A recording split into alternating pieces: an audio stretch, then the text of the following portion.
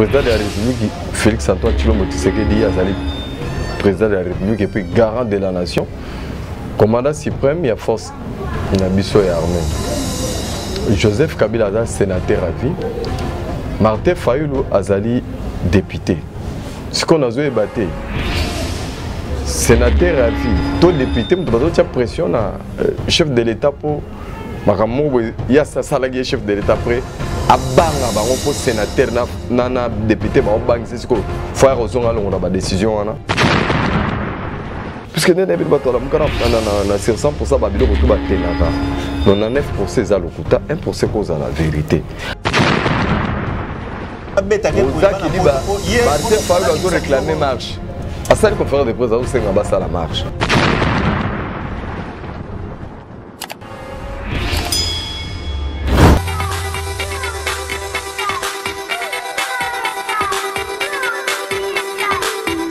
C'est bien votre journaliste Ali Raphaël Kengele, le défenseur du bien. Bote Mbote, vous êtes sur la chaîne Émergence, une chaîne qui vous pousse à aller vers le haut. Abonnez-vous très nombreux à notre chaîne et surtout, mettez une pouce.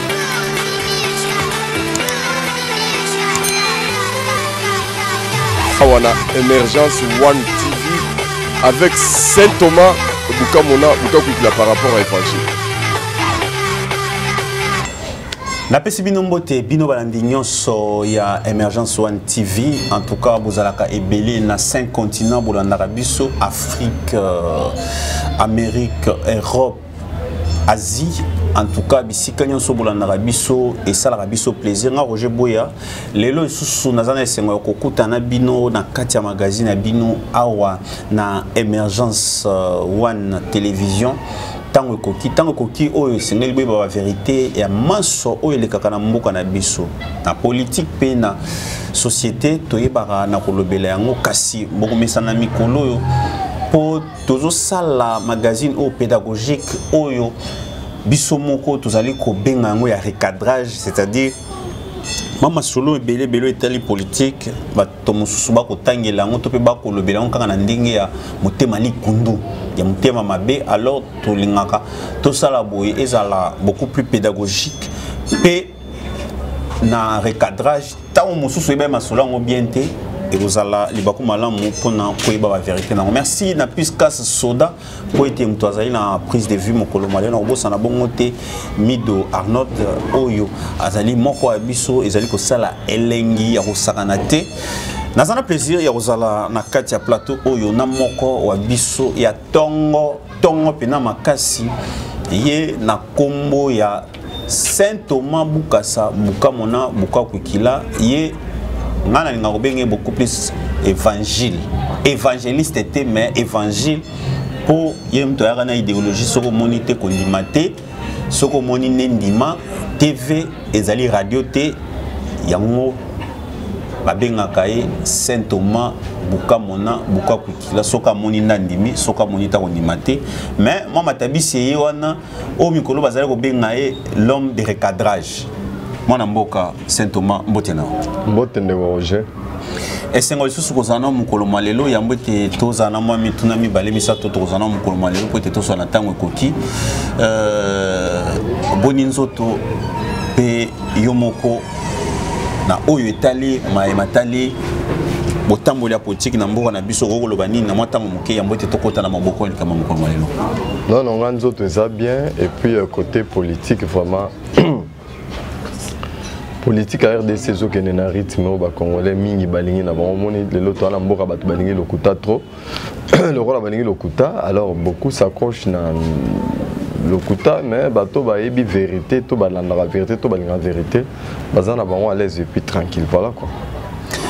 Voilà quand on est tout la vérité et sengaka biceps c'était kasi lokuta ne senga moi stratégie belé et ba na salema Saint Thomas tomoni mukolo malelo ne to présenter émission oyebete émission to sala ki nayo olaka kete ya solo tango émission bandoleka mukonza mboka kozala na Goma tomona ki ya solo azaki na Goma bien que ngamoko na zupe évangile na ke soko monte kondima te tomoni ba image musuko la été ba bambie ba mabanga mais ngala ndimba image na te parce que ndeko na biso Jacques Kalonji à l'accès de image, ce sont des vieilles images oyo bato bachango kaka à titre ya koyeba na ko bebisa image ya mokonzi mboka côté kuna ezaki na ngobongo te lelo Saint Thomas mokonzi mboka tant to sala émission oyo azana ngomba mokonzi Kinshasa tongina to sola masola minembwe parce que Saint Thomas na olinga lelo na rappelé le moko po ngala benga motikali nyongo mayo oyebisanga ke je tente okuta to expliquer makambo wana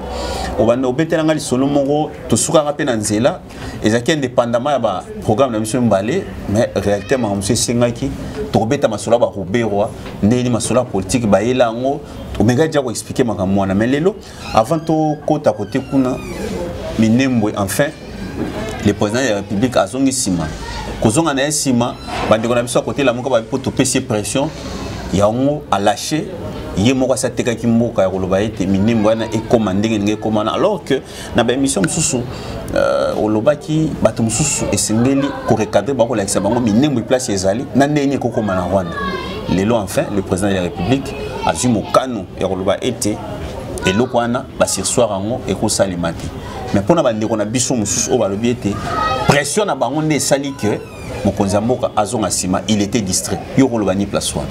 Oui, comme d'habitude, à part le côté de M. Zate, n'a habité. Donc, quelle était la pression? Il y a quoi ça va tout c'était ça la pression. Oui. Tout ça la marche pour nous et commune. Donc, comme ils ont vu la vidéo installation, il y a Minembo Bamoni, Félix Azawana, Azopé ça va ordre va créer Minembo bateki minembo ya même temps compagnon kana kati lokana ba omba lobi ke le fait à kendaki Belgique akima ke lokana atini ministre intérieur à kende France comme ça lokana et ça la makaka ndenge tango asalaki a signé ba ordonnance atini premier ministre Albumbashi ale azongi sima sala ngo asali loko ya bimimboka et ça la masima na ye moni na mboko photo e bana mutu poste na na responsabilité na président de la République Félix Antoine Tshilombo Tshisekedi azali président de la République et puis garant de la nation. Commandant suprême, il y a force Nabiso et armée. Joseph Kabila Azali, sénateur à vie. Martin Fayoulou Azali, député. Ce qu'on a débattu, sénateur à vie, tout député, il y a pression na chef de l'État pour. Il y a ça, le chef de l'État après. Abanga, pour sénateur, na député, c'est ce qu'il faut faire la décision. Bilo ko bon bon bozu bana mikie ya maternelle bo vandi si bango bozu expliquer bango ba genre bilo rwanda wana mais ba neti biso botanga neti moni yo le na ngaki yo tuna kanga ba question parce que tu connais beaucoup de vérités mais ce que zo zo lokuta bato bakosaki bato ozo na on tu peux tuna ngai parce que imagine toi ozo tuna ngai to débattre sur lokuta ya pression nana ngwa sala ki pression sur minembo azongi si président Nasima pour le bageno nandimagi minembo ce qu'on a président Félix qu'on a boyi minembo la muka ah donc la muka neti message ni ya la muka officiellement yokaki baso ça la pression na président Tshisekedi à propos minembo neti nani la muka ko tangela nga komona le kaki alobino président Tshisekedi o teke minembo na la nagi de Blanchard chargé de communication à l'état qui n'a pas été dans la biso ya na Kinshasa pour dire que mokonzi mboka a teki basoda rwandais ba occuper déjà place wana et commis parti à Rwanda ça ils a pas propos donc Olanda qui n'est communicateur wana ya la muka parce que le Olanda qui communicateur à la muka pour na yo ba propos communicateur à la muka ezalaki évangile. Il y a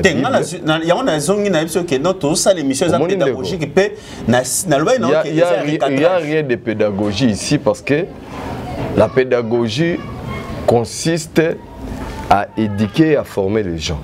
Pas avec le mensonge. Il faut la mouka, pour ton info, il faut que tu recadres. Quand tu recadrage, éviter de me poser des questions. Il y a bato la muka ba réfléchir c'est puisque bato la muka na labo na bango na réflexion na bango à part le kuta puisque ne bato la muka na sur 100% ba biloko to ba tenaka 99% za le kuta 1% cause la vérité alors comment moi je peux venir na kati plateau moko na sa ba réflexion sur bakambo bato la muka ba raisonner mais c'est Thomas na bani na mazo que ne place un peu to bon ça pour toi avancer parce que eloko wana soto le bi que tout le babangote, ils ont quand même une masse de personnes au balanda vacances qui m'ont à solo. Il y a un toujours qui a une logique qui a recadrage pour nous sa vérité. Ce qui certains disent, si eux mentent, c'est à vous de démontrer que ce sont tes balégas qui vous sponsor tant on les gars pour nous expliquer, minembo na position ezaleli éclaircir opinion. Donc dire que ngana zo mema lokuta wana ngala memika propos wana pour na toye ba ndenge ya ko recadrer na lingi tena bima lokola ngai nazo cha contre na cha poids na makam oyo la muka zoloba même yo ndenge zolobela wana c'est na opinion comme on a que makam Saint Thomas lobby vérité yango wana.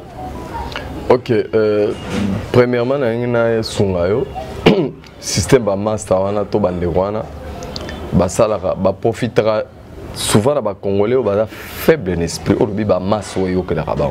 Ce sont des faibles en esprit les aînés qui ont dans leur cœur que pourquoi Moulou ba diriger biso. C'est eux qui écoutent des pareils messages. Mais Moutou normal on a vraiment intègre à comprendre que ça ils allaient ba diversion. Alors je vais te donner un exemple terre à terre encore. Nous sommes vers les années 2003, si je ne m'abuse pas, 2003. Dialogue intercongolais et Zoé Renaissance City. Jean-Pierre Bemba a été visité par Vital Kamerhe répondre à proposer comme Premier ministre. Et Baboma Dialogue a signé accord à Cascade. Paix à son âme, Kondo Etienne Tshisekedi à Tikalaki. L'Afrique d'ici d'habiter, une vraie solution. Il faut d'abord tout parvenir à signer accord global inclusif et sanctionner fin et un dialogue entre les Congolais. Et pour y parvenir, Atali na batobaya qui a Monika Bemba Mutagi, Mamoni RCD Gometikalaki. Or, dans le dialogue, il y a trois parties à belligérants, composantes gouvernement, RCD Goma, na MLC, y compris l'opposition politique dans la société civile. Alors, vu les enjeux de l'RCD et c'est là dans le moment, la société civile et les MLC, d'autres forces politiques, sont déjà corrompues dans la composante gouvernement pour pas boycotter le dialogue, pour rejoindre c'est qu'il a pesé de tout son poids pour que Batujo soit à la table de négociation. Mais pour y parvenir, il fallait qu'on ait l'alliance. La RCD Goma pour alliance on a babenga kiango ASD kanga kombo na loba ASD Alliance pour la sauvegarde du dialogue inter-congolais. Donc bit nango to créer un pour to banda ba périple diplomatique pour to ramener baninga na table de négociation. Mais mon cher, il faut voir lorsque cette alliance là a été mise en place et quelle était la réaction. Il y a composant de gouvernement où il y a ça salagi manigas na MLC. Matraquage à mort, matin, midi, soir. Tu sais que d'Ateki Mboga pas rwandais, tu sais que d'Assali Alliance pas rwandais, tu sais que d'Ateki Mboga pas rwandais, tu sais que d'Assali Alliance pas rwandais, déjà Ramakama Minembo. Mais lorsque Tshisekedi a réussi cette mission-là, diplomatique, il y a qu'à ramener Bandeko, ce qu'on a table à négociation, Bazonga, RMLC, composante gouvernement, Bazonga n'a même table à négociation, grâce à l'idée. Il y a Tshisekedi qui a initié qui va créer ASD. La finalité c'était quoi? On a vu Roubero vice-président et Tshisekedi n'était plus vice-président. Et j'avais maintenant à ce moment-là Zela qui n'a la même réaction. Au Basel qui n'a Tshisekedi passe à l'alliance de RCD Goma. Juste pour recevoir le dialogue. Et lorsque le même Roubero est arrivé vice-président, n'a pas Congolais ni Sokimia. N'a pas Congolais ni Sokimia. N'a pas gravité. Robert vice-président d'ailleurs, non seulement Robert vice-président, Baké Koussala Soussou Manigas va détrôner vice-président c'est opposition, on a Tshisekedi Ouazalaki, opposant non armé reconnu historiquement, Baké Koukamata Bakolango et pas Zaïdi Ngomagi, le tout premier président, Ouazaki ko président RCD na débit, Bakolé étiquette à opposition non armée. Les gens ont trouvé ça normal, ah Tshisekedi a fait ah mon loubayété. C'est tout ce qu'on a connu dans ces pays. Donc, ici, le problème que vous voyez autour de Minembwe, ce n'est pas ni Roubero, ni Banyamulenge. Le problème est que les ennemis de Félix, sont en train de concocter des manigances, des diabolisations, juste pour qu'on nuire la personne, il y a le président Félix. Maintenant, ils tournent autour de Minembo. C'est pourquoi ils ont dit à tout le monde que Tshisekedi a été Minembo. Mais Tshisekedi, c'est quoi? Annulé la décision d'installation à Minembo. Maintenant, on a remboursé Mbongo Bateka Minembo. Parce que pour Mbongo Bateka Sombaki. Donc, il y a quelqu'un qui avait acheté Minembo, appelé Félix Mbongo Ateki, et on venait crier Ateki Minembo, Ateki Minembo. Parce qu'il y a le bureau sur soir décision. Maintenant, qui va rembourser l'argent qu'ils ont dit à tout le monde que Tshisekedi a Ateki Minembo. Ça va avoir une diversion. Le vrai problème est là où je te dis que nous avons des Congolais animés de mauvaises volontés. Ils sont plus ennemis de la RDC et des Congolais collés à Rwandais et Américains. Parce qu'actuellement, Namboka Oyo, les Congolais, par exemple, mingi bande konanga ba Congolais ba ina tribu luba. Vous m'écoutez Munyamulenge d'après ngai parce que les Banyamulenge baza minorité nenge toyokaka. Mais ils nous ont dominés avec Mouzé Laurent Désiré Kabila Bazui d'abord premier poste chef d'état-major général na armée. Bazui pris nani affaires étrangères donc diplomatie na biso. Ba détruire système de sécurité, ba détruire biso diplomatie. Mouza Kabouena Bango, Bakenda te bazongi na ndenge ya ba RCD Goma. Nous avons des Bosco Tangana qui ont été élevés au rang de généraux. Ce sont des vraies hautes trahisons. Fallait que nous vraiment ba Congolais bazo bomanzo te momo na wana ba bomana bango nzoto te. Est-ce que Roger Boya yo lingo yebisanga ke kaka sous Félix Tshisekedi no moni Robert la ministre na mboko. Robert wabanda kala depuis afdele na RCD Goma. Robert Wazara mutumunene na mboko. Azara roi mutumo amayele bele, c'est là ba Congolais ne babanga kae. Et puis Robert en dehors ya FCC, ceux qui kakele ko moko se constituer que ils ont intérêt à ba Congolais Robert Wazanga raté. Au mona ki ceux qui ba constituer kaka commission de suivi accord. Okuta nanga mo FCC ceux ba tcheka ba to ba rolandela. Robert ne manque pas. Les Congolais n'ont jamais fait ça un problème. Mais tu te souviens, l'année passée, moi j'ai fait une émission, tout ça, pas chic. Toute une émission sur Roubero. Il y a un moment que Saint-Thomas n'a zongeli, n'a zopé maloba. Saint-Thomas fourni dans la émission Kolobake, n'a zongeli, mais lui-même me rejoint Kolobake. Ce qu'il fait au jour de la minute, a zopé sa leçon. Mais on a dit que Saint-Thomas, ça l'a dit, oh, je suis un salon comme non, non. Et donc on a zaï kobo, yozo ibimisabilo koba. Mais il a fait un bête bloc à bon pour non. Bien. Ozoya, ozolobake, oyoka Olandaki bato ala muke pourtant na la muka vérité atamoko ibimaka. Saint-Thomas fona bête ke bo. Kutu nenge na lobano lelo boye. Ne na lobano boye. Yozaki diba. Yozaki diba. Saint-Thomas fona bête ke bo. Yozaki diba. Martin Fayulu a réclamé marche. À cette conférence de presse, vous avez la marche. Ok. Et Ramoni hier. Yo lingana beto wendo misabilo. Et loko nyoso babonga melaki balateki ba gana ba ba botini babonga melaki déjà qui na dossier Minembo parce que président azui Minembo n'étalage jamais ça au bango basala wenze Facebook ya Minembo. Président Salika geste le plus simple. Azui ka Minembo alongola ngo un étalage à Facebook. Bala moko ne bazana do bazo ebate to kobandela lelo to kotake wapi ya moni Martin Fayulu butu mobimbalali butu mobimbalali opesa matière abeleli marche alobi azo salisa marche de l'unité le 14 octobre surtout Martin Fayulu to beta sonné parce que lokoso bana na sensibilité makasi tozonga parce que Martin Fayulu ngape na zama kamebele na Hollande tozonga la nini sanjo Rouberois au jour d'aujourd'hui.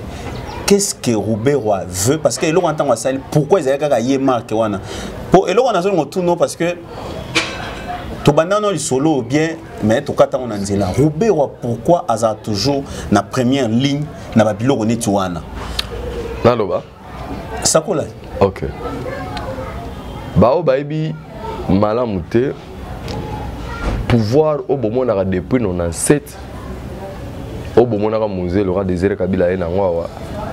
C'était Mouzé Laurent Désiré Kabila qui était marionnette, pantin, véritable placebo ya Rouberois. Ya omoni elle a changé les bango face ba bomae. Ba Rouberois nde ba boma Mouzé. Na ba Bizimakara en complicité na ba Joseph Kabila pour ba Rosala ou bazala kalelo parce qu'ils ont un plan. Et plan wana mutoyer au ça l'échec à plan wana il s'appelle Félix Tshilombo Tshisekedi. Pourquoi? Tout simplement parce qu'il a coupé cordon ombilical. Il y a AFDEL d'abord au niveau sommet. Ce que tu as avec Roubero. Voilà. Donc c'est la dernière pièce. Il y a AFDEL. Lui, donc pour les Congolais qui ne le savent pas, la mission de Roubero en RDC, c'était pour déstabiliser la RDC premièrement, et puis déstabiliser la force politique union militaire pour la mboka oyo ezonga na dignité, entre autres IDPS. Et Azaraye Morote, Robert Roy, Bizi Makara, James Kamarebe, Roniga, Moïse Nyarugabu, Zoé Kabila, Jeannette Kabila, Joseph Kabila, James Kabarebe. On a déjà James Kabarebe, Daba Bosco Tanganda, Basulutani Makenga, Bamutebusi, Laurent Kunda, Père son âme de Orugiza. Ça dit que les amis Titi Diabato. Certes, Baza tellement minorité. Baza, vraiment, je vous dis, Baza tellement minorité. Mais organisé et puis engagé. Baza tellement minorité, mais bien organisé et engagé. Maintenant, mode opératoire, donc c'est depuis 1994, groupe Abatouana, y compris maître du jeu, il s'appelle Paul Kagame. Basaraki d'études, il y a qu'à comprendre d'abord classe politique congolaise. Étudier Busso Moronenge to vivre à la Congo. Mais tant au bail, il faut qu'il applique. Qu'est-ce qu'ils appliquent au Congo? Bantou, Toza et Belé Kolekabango. Et qu'est-ce qu'il faut? Il faut nous opposer entre nous. En fait, Bango ça la plan à Bango, Batongati est sûr. C'était ça l'objectif. Depuis nos ancêtres sur Zotala, les autochtones Bayokana les sousté. La plupart Bakoma Kopotana, Kobomana, Koinana. Et Bango avait dit que le tribu le plus haï de la RDC c'est Zarabalouba. Maintenant il fallait jouer sur ça vraiment. Bah jouer toutes sortes de partitions depuis Baya, vous connaissez l'histoire. Puisque pour ton info, en dehors de Tshisekedi, il y a des leaders amenés à Mboko. Bah reléga na Kabeyaka Mongana Fidel. Tant qu'il y a un politicien sous tout leader politique ni oyebi. Bah tout le monde Baya, on va kangi bah relégué dans le village natal na à Rosalate. Maintenant, il fallait acheter d'autres Balouba, il fallait acheter d'autres Congolais, bah ça là au service na bango. Bas s'opposer. Ils ont le rôle depuis. Mais oui, puisque Bemba n'était pas dans le complot de Tutsi. Bemba est allé négocier avec Museveni pour déstabiliser la RDC parce que Museveni. Pour déstabiliser la RDC. Oui, toujours la RDC non. Ça dit que RDC a été victime d'un complot international et la Nations Unies. Ça dit que ils ont un système et mutoyeko dans la minute on est dans le banayo boye. Batunion Sobakolo comme sur la RDC, Nicolo Balala, les souscrits de Félix comme président. Oh. Oui, parce qu'ils se sont trompés, ils se sont dit comme ça. Tu sais que du père a dit ton radical, moi na tout monde un peu modéré, to cause to salera nenge to sala ba bemba, ba gizenga, banzanga Mobutu.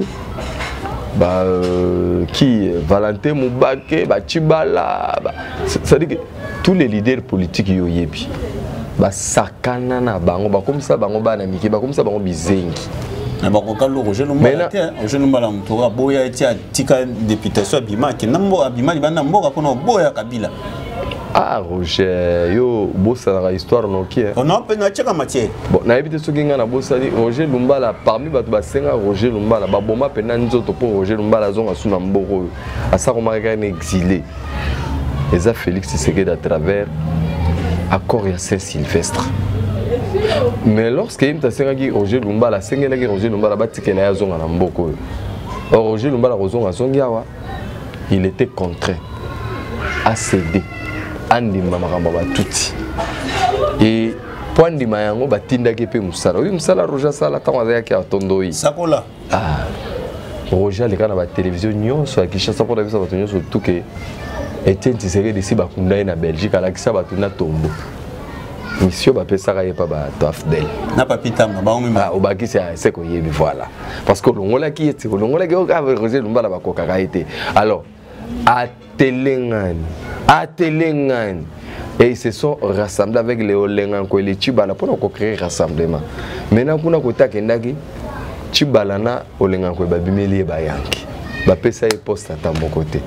Donc on a à Telengani et puisqu'il y a membre à part entière à FCC Roger Lumba que tu me dis là alors tu peux décliner que bimana porte on a calamité et c'est Roger Lumba là qui est passé dans toutes les télévisions dénigrer Félix Tshisekedi.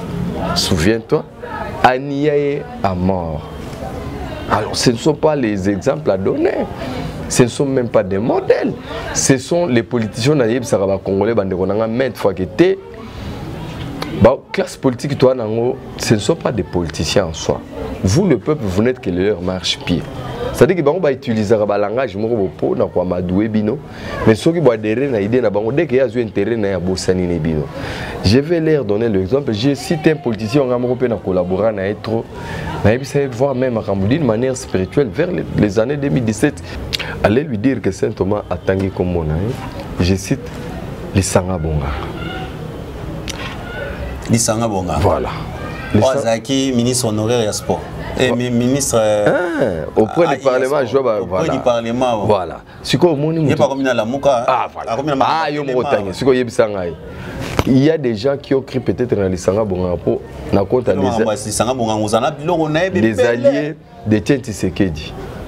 Les gens ont adhéré à l'idée de Lisanga. Tu as un parcours Tshisekedi a koufi Lisanga kena Bachibala.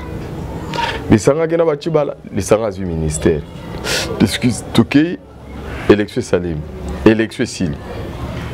Félix Abimi, président de la République, Lisanga s'est retrouvé dans le gouvernement en attendant le gouvernement Sikaï Bima. Le gouvernement c'est ça là 7 mois.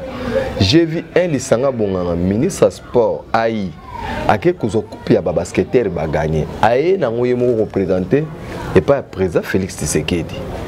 Bayambi, Baramno ici. À comment il peut excellent. Oui, à combien il peut président Félix Tshisekedi. Mais il a fallu Kaka. Pas destituer. Pas désigner Premier ministre. Pas changer. Pas Robimisa.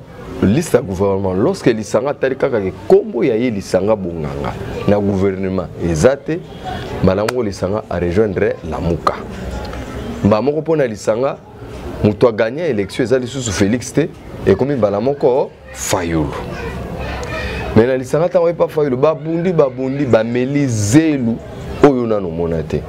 Et na Sukawa Lisanga ba PC poste na plan de crise ya sorti ya Fayulu.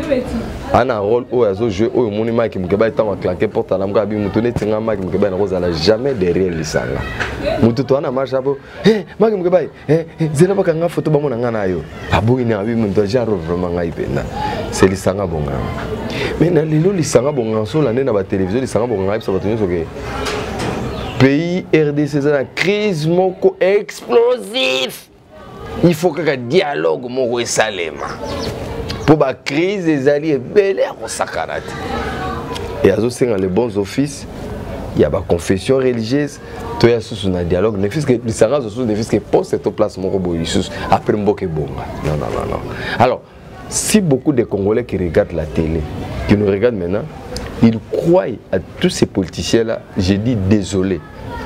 L'autre exemple, c'était mon ancien. Quand on a battu la période mon ancien, je suis Bosun de la bilo wa IDPS beaucoup de la boule ya mon enseigne et les loba congolais ba pousser qui sont la boule à mon enseigne je crois mon na vendre venir ah il y a des regrets surtout landa qui mon enseigne il y a aussi d'autres congolais na lo ba boy ba la façon ba sous-estimer Félix façon ba élever qui Fayulu degré ba mo finga Fayulu ba mo regretter même que Nzamba ça livré parce que ce Fayulu abima qui président bele biso to robeba mutu ba beta e bor na mutu yana ba sekela ko sakanate akoma mutu ba confusion matin midi soir il vous dit na ko sala question mais la voter ta sali na ngomba mo ya gagner et les gens croient à lui non faut être bête vraiment bête Arnaud Mido, matière Rangwana, puisque soit avec Boss Carlos, Boss Rangon Esprit Bé, Sandrine Mbabou, moi si à Pembe, maman la Véronica Kerim. Donc Bino, heureusement que beaucoup de gens sont déjà en place, il y a solo émergence sur TV. Je crois Banda le na politique, je pense que Azante merci. Donc, ndenge tozaka na Saint Thomas kalaming te to succès biso boza dia ko sepela wana pe karande na loba jana ebandeli soda tozawa na soda et ça la kitoko piskas na mon ami dozo ça la kitoko makasi pour na bango énergie eza ko sakana te na kati ya Emergence One télévision bozo ta la Saint Thomas na système ka évangile ya recadrage masolo ezoko baraka bongo.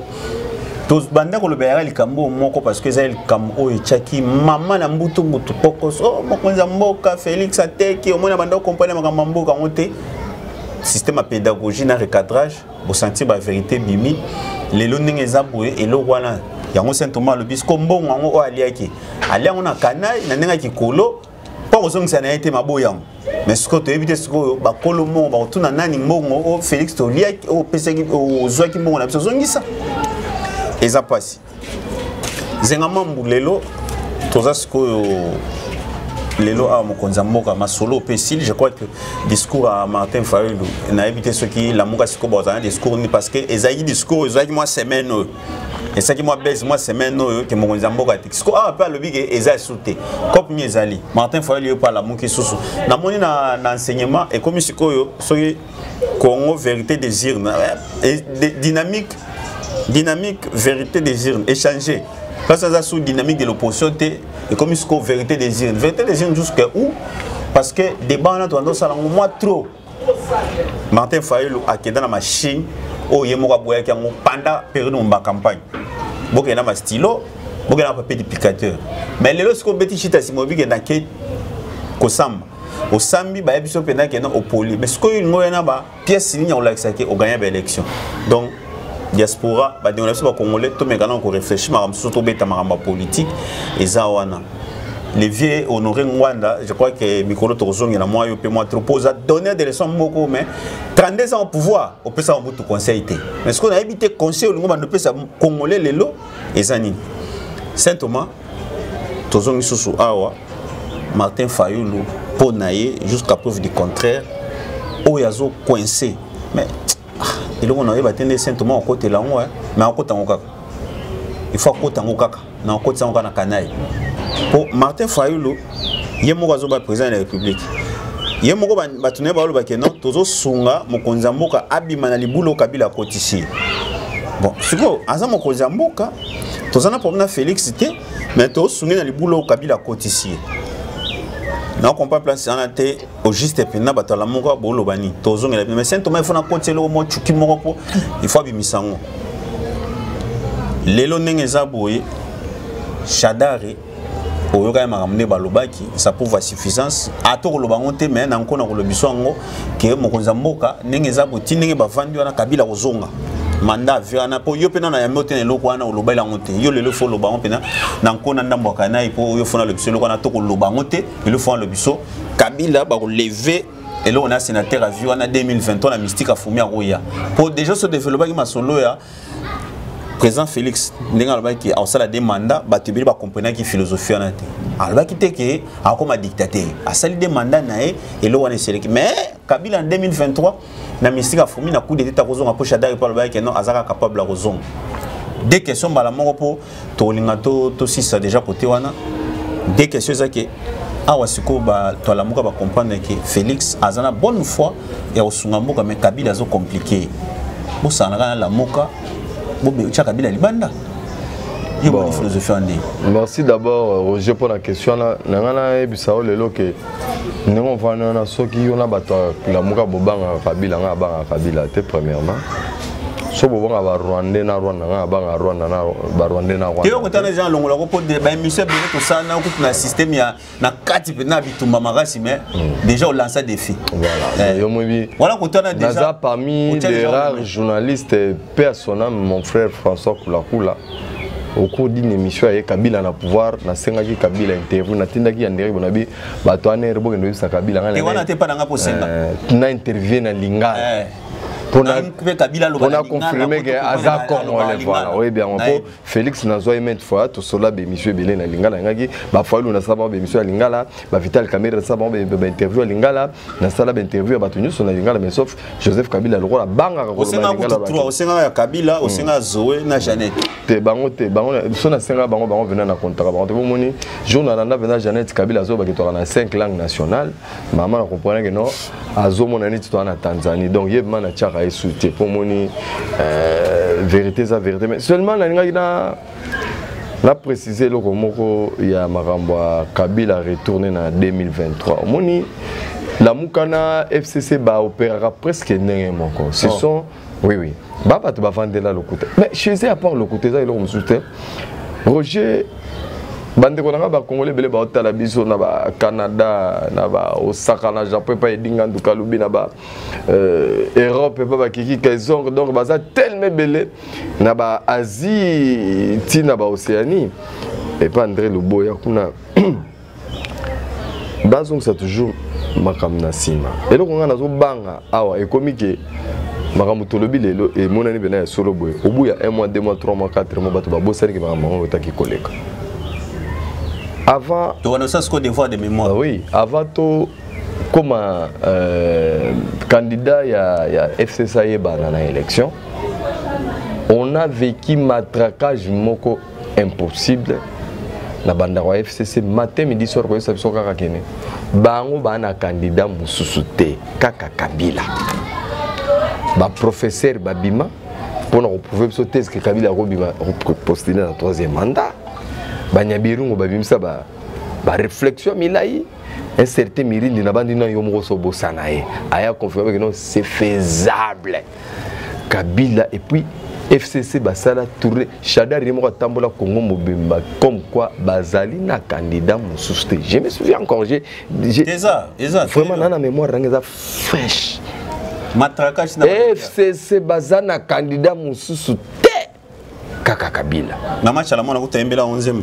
Sikoyo à ma grande surprise lorsque Kabila lobi kaka ke aponi Chadari comme puisque Chadari abima pendant que bato ba pour styler déjà. Ndé Kabila tangeli biso kombo ya Chadari. À quelques jours de fermeture il y a des pas candidature.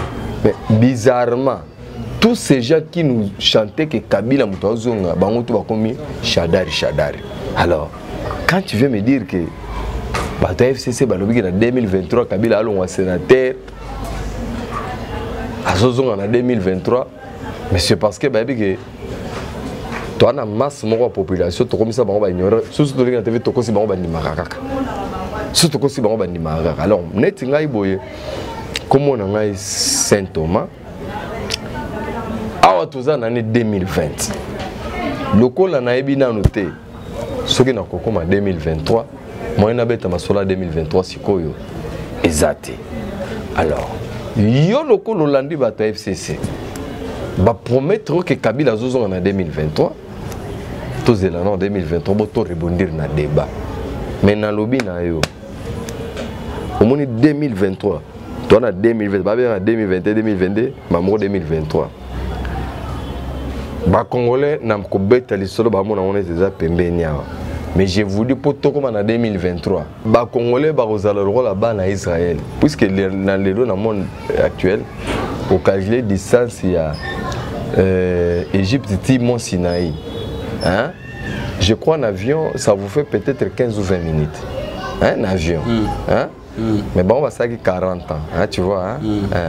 Donc, mon 2023, Congolais à 40 ans parce que preuve que Félix n'a fait que 20 mois au pouvoir. Oui. Beaucoup croient qu'il a déjà fait plus de 2 ans, plus.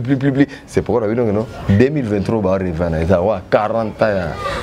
Et ça, je crois qu'il y a une aussi une émission à Sengi Dialogue, à Zaipena Est, on a une image à Singapé beaucoup tani entre autres Mukonzamboka, à Lukiba stratégie, à Tcha sur pied pour la Kimia, ils ont totalement na este wana mais pona ba type ndenge ba beteleka ba biloko ngo ya zo senga sous dialogue Saint Thomas tozozo kana kati ba dialogue yo nini proportion ba ati wana ndenga ida ngwana uzomona ngo pena neni pona mboka na c'est avantageux ou eza sous bloc ba distraction tokena okota. Non, ça fait partie de la méandre des politiciens. Les politiciens vous disent toujours ça. Ils ont un politicien, Norbert Louis, président de l'Union des Républicains. Il y a un dialogue, il y a un cadre de 10 ans. Joseph Havas a convoqué concertation. Vous savez, il y a des choses où les gens ne vous disent pas tel que je le dis ici. Donc, mon toit a visé un terrain personnel, mais il associe ça à Nabatuto. Et pourtant, en réalité, ça copie. Hein? Tu vois? Donc, méfie-toi. Par Kabila, il y a un l'occasion, c'est là les moussous. Non. Bahati n'a jamais été déçu par Kabila. En mettant un coup, c'est une déception. Non. Bahati n'a jamais été déçu par Kabila. C'est plutôt Bahati qui a déçu Kabila. Parce que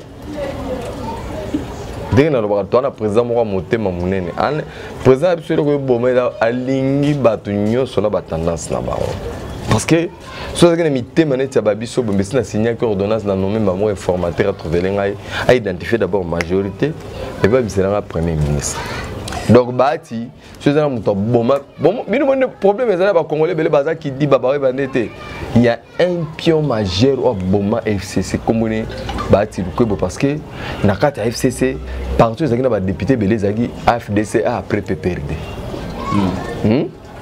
C'est quoi AFDC a Kenya. Kabila a c'est Nene Nkulu cour consolé c'est dans les vidéos baraté. Oh. Est-ce que Nene Nkulu a l'autorité morale FDC pas engagé FDC. Non on dit ma Nene Nkulu ceux qui va négociation politique tu crois que bon admettons on a souhaité admettons qu'il va créer dialogue mo bimi mikolo faut participer. Tu es sûr que entre Nene Nkulu na Bahati na on va dialogue. Saint Thomas, merci. S'il y a un mot à replacer avant tout dans 30 secondes. Non, s'il y avait un mot replacé, il y a un Congolais qui, surtout au diaspora, Bovani na poto, Bozoko Sanabino, puisque vous avez la facilité à Wi-Fi et Internet. Les autres peuvent mettre n'importe quoi juste pour vous nuire. Au moni lelo, Bokomi le roi Bazoba.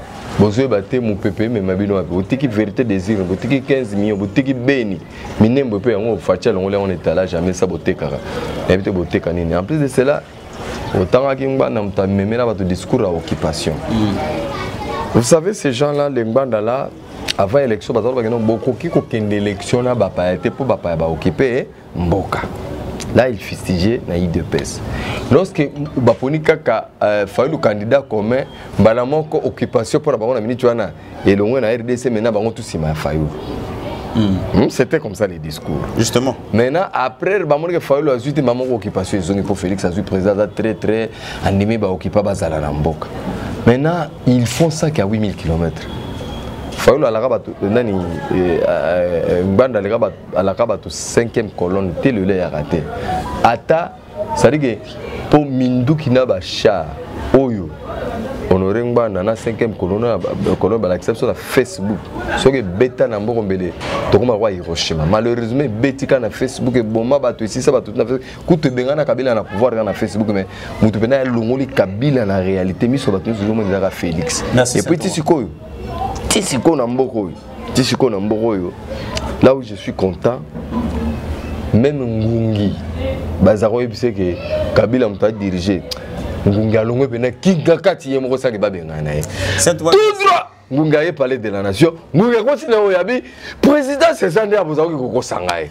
Ngana ko vanda place sénateur au vanda te. Fonga Ngungi ngana vanda na présidence. Mikolo tous les Ngungi bakimi Kinga Kati.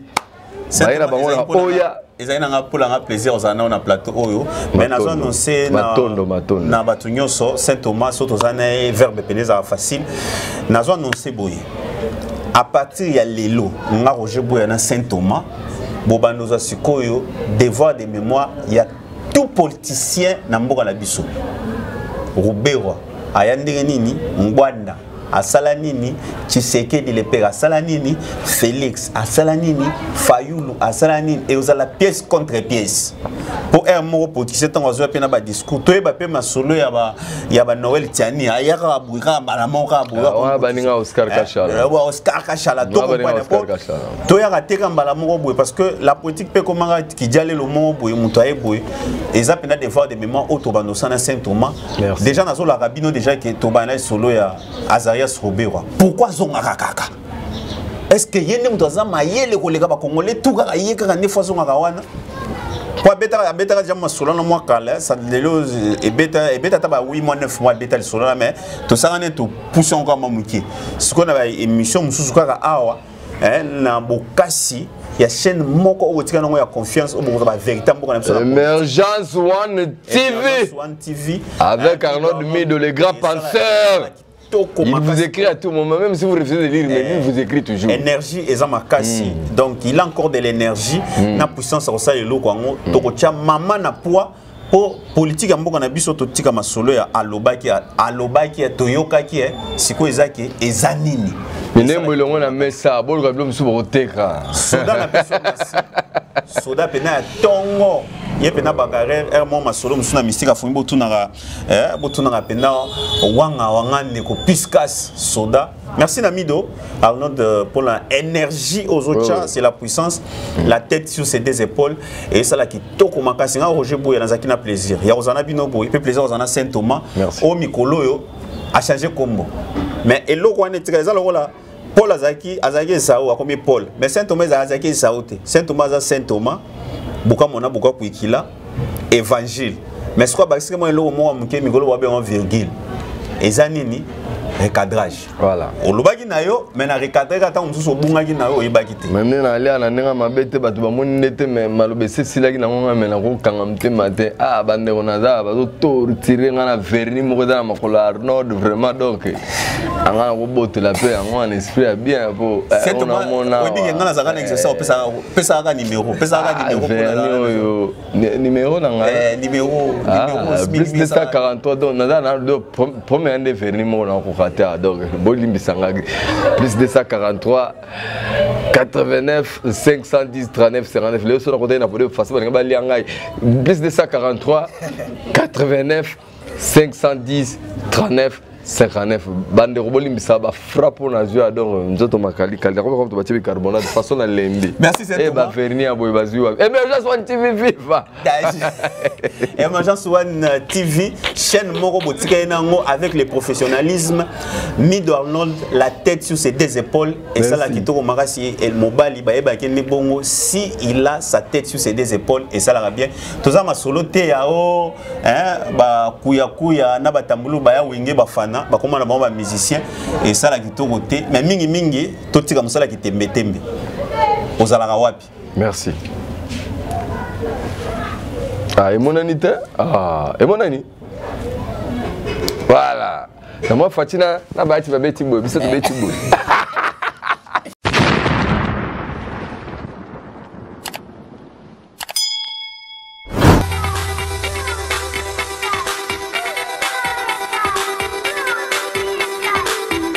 C'est bien votre journaliste Ali Raphaël Kengele, le défenseur du bien. Vous êtes sur la chaîne Émergence, une chaîne qui vous pousse à aller vers le haut. Abonnez-vous très nombreux à notre chaîne et surtout, mettez une pouce.